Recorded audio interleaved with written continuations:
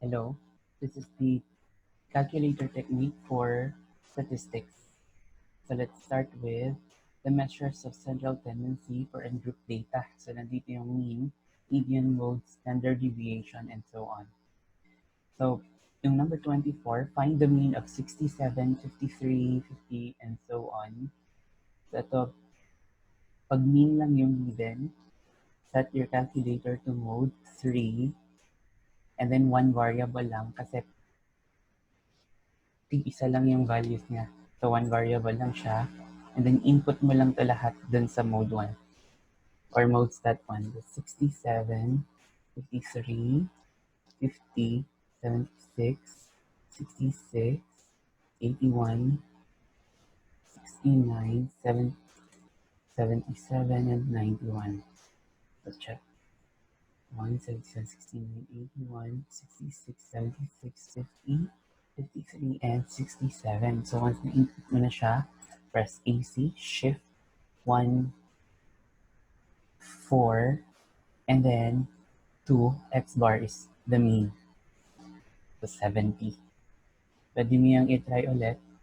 Parang similar question lang. Given the tensile strength for 15 samples of pin, ito, determine the mean and the standard deviation. So, balik ka lang dun sa mode stat 1. 34.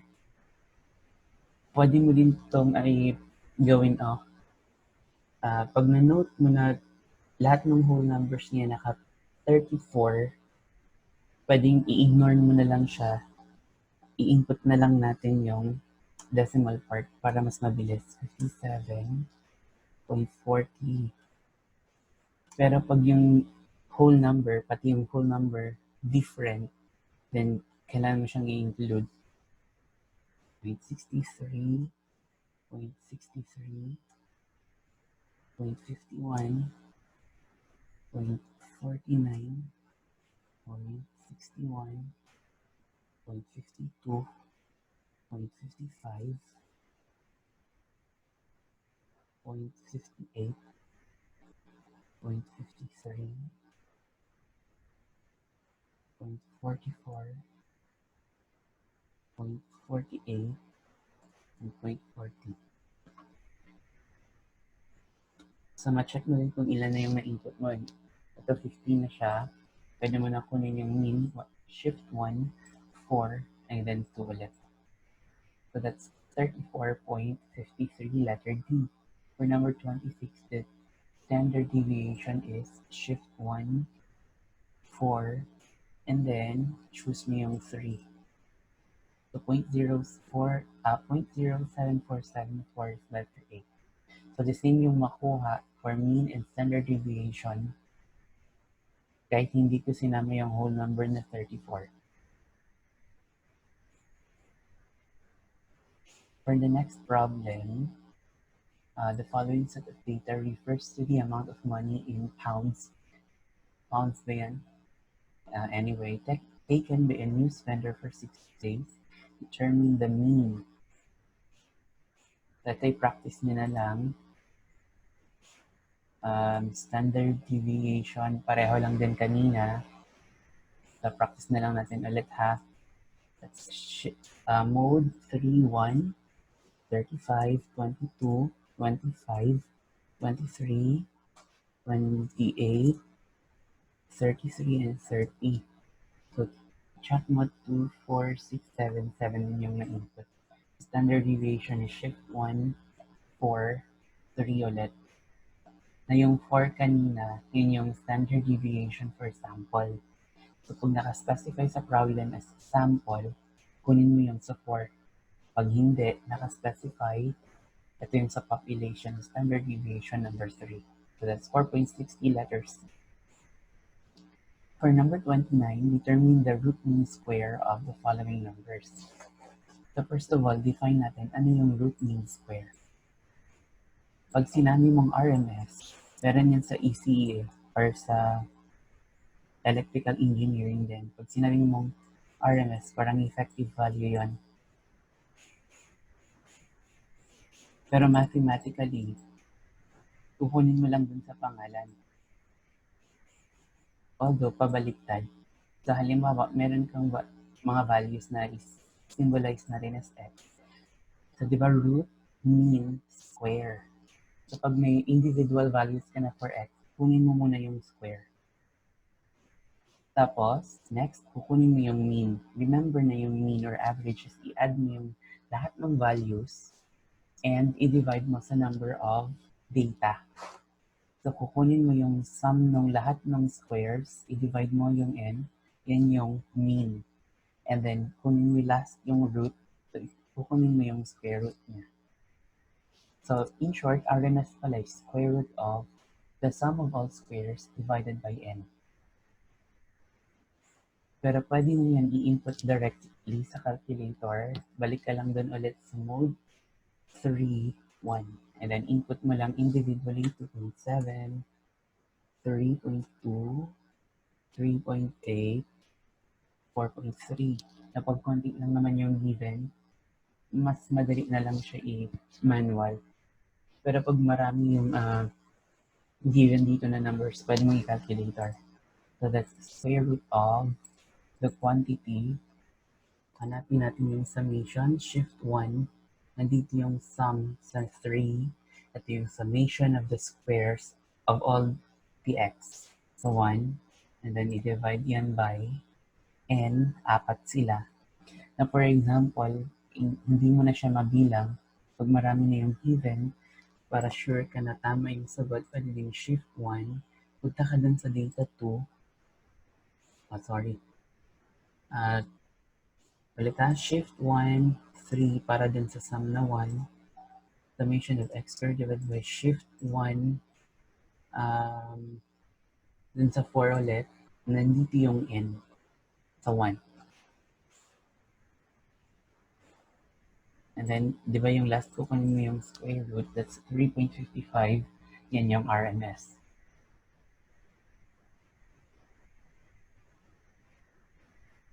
For the harmonic mean, i-define natin ulit. Pag sinabi mong harmonic series,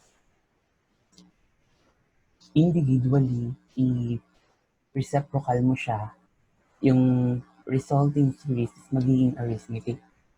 So in short, yung sa mode 1 na lang to,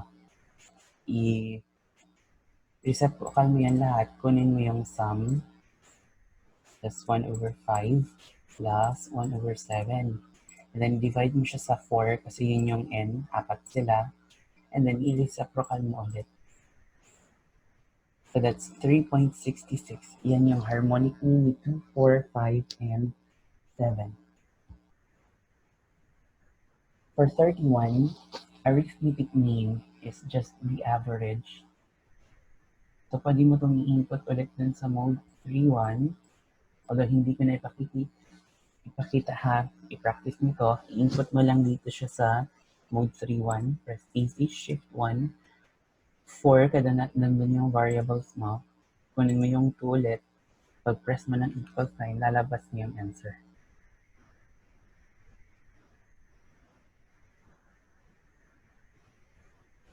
Now, for example, ito.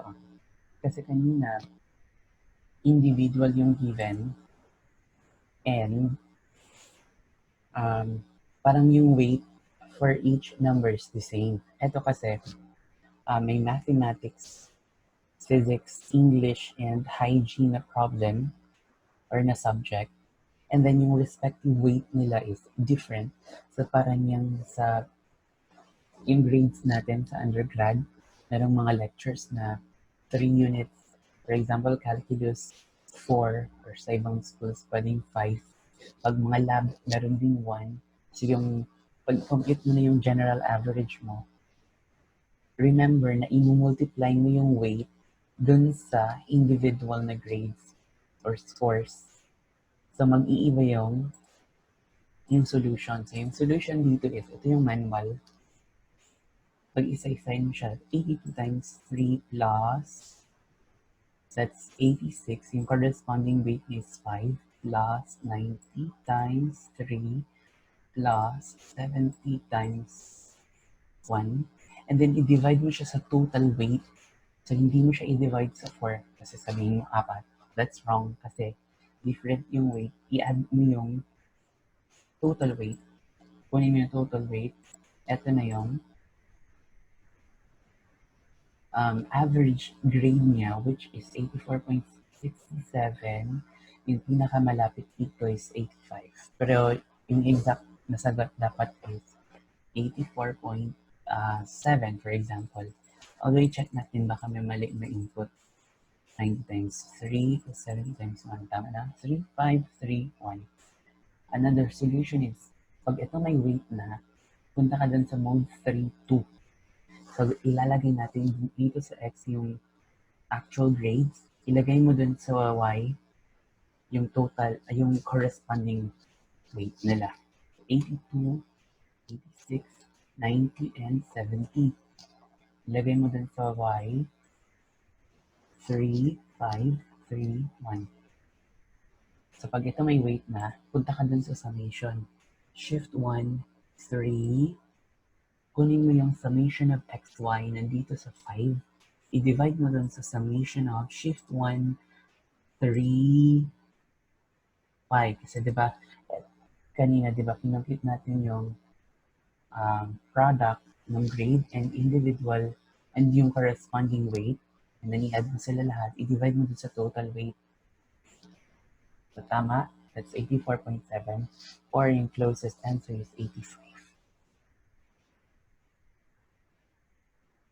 Sa geometric mean naman, remember na pag arithmetic mean, yung nag-add 2, 3, 4, 5, 6, so may common difference. I-add natin sila lahat kung ano yung mga numbers mo doon, for example lang to, and divide mo siya sa number of data. For geometric mean, ito i-direct mo na lang, kunin mo yung nth root. So, nth root is nasa shift, and then ito, yung may hex na symbol. So, kung ilan sila, 2, 4, 6, 7, yun yung n mo, yung index ng radical. And then, sa inside the radical, multiply mo sila. 3 times 5 times 6 times 6 times 7 times 10 times 12. So, 6.43 yung closest letter B. Yung harmonic mean na mention na kanina, yung solution is individually in reciprocal, and then yung reciprocal i-add. So it's 1 over 6 plus 1 over 7 plus 1 over 10 plus 1 over 12. Divide mo siya by 2, 4, 6, 7 sila.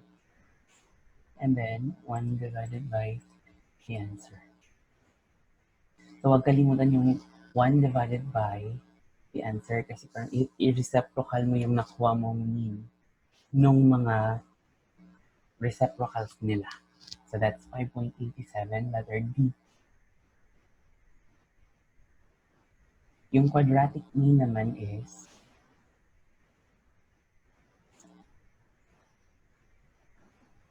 so i-try natin.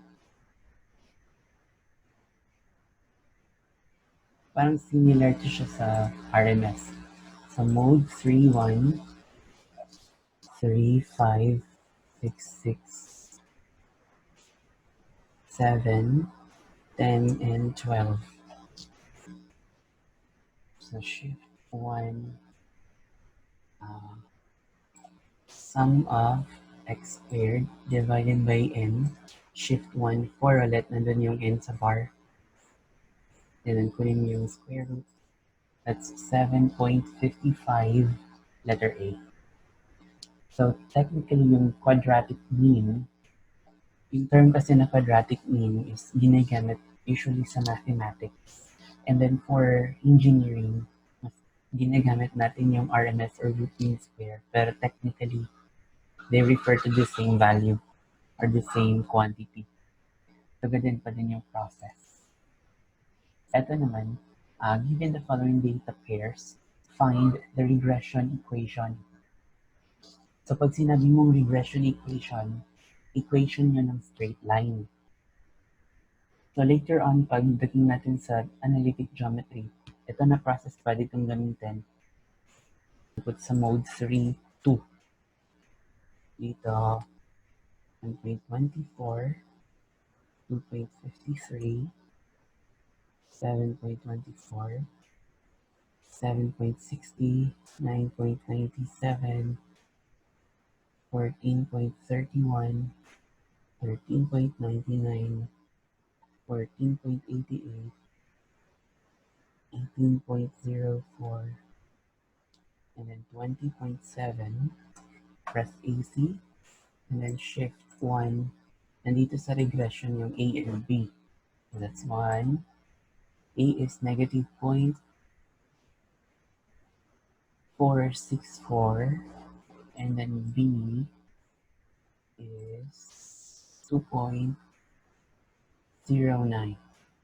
So pag ito na case, may mali ka na input, balik ka lang dun sa shift 1 and then sa 2 para ma-edit mo lang yung data sa tsaka 1, 2, 3, 4, 5, 6, 7, 8, 9, 10. I think dito yung manwalik na sa Y, 1.24 to 2. Okay, so ito dapat 5.23, 7.24, 7.60, 9.97, 14.31, 13.99, 14.88, 18.04, and 20.7. If i-check mo doon ulit, shift 1, 5. Check yung A constant, 0.436. So, tama na siya, letter P. O, dito pa lang makakonklute ka na yung correct answer is B. Although, i-check na lang natin yung value ni B. That's 1.98. So, tama yung sagot, letter B. Yung idea kasi ng regression is, pag ginamit mo yung mode 3 to, parang hinahanap yung close, yung line, or equation of the line, na pag i-plot mo yung line, and then, i-plot mo yung mga points dito, yung lahat ng points dito is malapit dun sa line. For number 37, for the same problem, calculate the correlation coefficient. So ito, madali na lang pag na-input mo na yung mga values, shift 1, 5, kunin mo yung value ng R, ito na yung coefficient of correlation, that's 0.985 letters. Now, ipapractice nyo na lang yung 38 and 39 ha. Pero for variance, take note na variance is the square of the standard deviation. So, pag nag-mode 3-1 ka, for example, na-input mo na ito 449, and so on, kunin mo lang yung value na sa shift 1, 4, kunin mo to yung 3, and then i-square mo. Kasi remember na ito na symbol is for standard deviation. Again, pag i-square mo yung standard deviation, makukuha mo yung variance.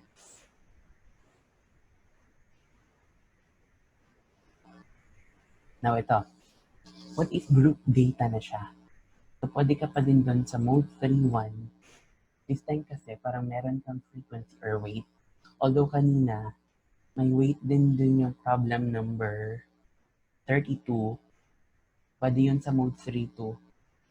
Pero yung totoo, pwede pa din to sa mode 3.1 kahit yung problem 32. Yung gawin mo lang is, punta ka din sa mode or shift mode, down. Press mo yung 4 kasi on natin yung frequency. So pagbalik mo dun sa mode 3.1, naka-on na yung frequency. So parang ito yung alternate solution pag meron ng weight or meron ng frequency na given. Mode 3.1. First of all, i-take note mo na yung hinahanap is yung mean ng weight. So dahil weight yung kinukuna ng mean, siya dapat yung ilagay mo dun sa x. So that's 162, 148, 153, and 140. And then, ilagay mo dun sa, so ito yung may mean weight na 162 is 15 students. So ito 20, 10, 18. So mali yung sagot pag yung number of students nilagay mo doon, tapos yung weight nilagay mo doon sa y. Kasi yung hinahanap, again, is yung mean weight. Dapat yung weight nandun sa x. So pagpunta mo doon sa shift 1, 4 ulit, and then mean sa 2, kuha mo yung mean. Weight na 149.84, closest is letter A, 150 pounds. And then, pag ito naman, ito yung mas maganda kasi naka-table na siya. Follow mo na lang yung mode 3-1 ulit. And then, ito lang, naka-range kasi yung given. Yung parang values mo dapat sa X. So, pag ito naka-range, kukunin mo yung average nila or in term sa statistics is yung class mark. Bali yung, ano yung gitna na value dito sa 20.5 and 20.9. Pwede mo din i-add pag hindi ka sure, 20.5 plus 20.9. So, that's 41.4. I-divide mo pa by 2. So, parang yung gitna nila is 20.7. So, i-follow mo na lang. Ito or pwede din ito. Anyway, pwede mo itong i-interchange as long as correct yung X, yung pairing ni X and yung frequency correct. So, pwede din itong 21.2 na yung gitna dito. Ito mag 21.7.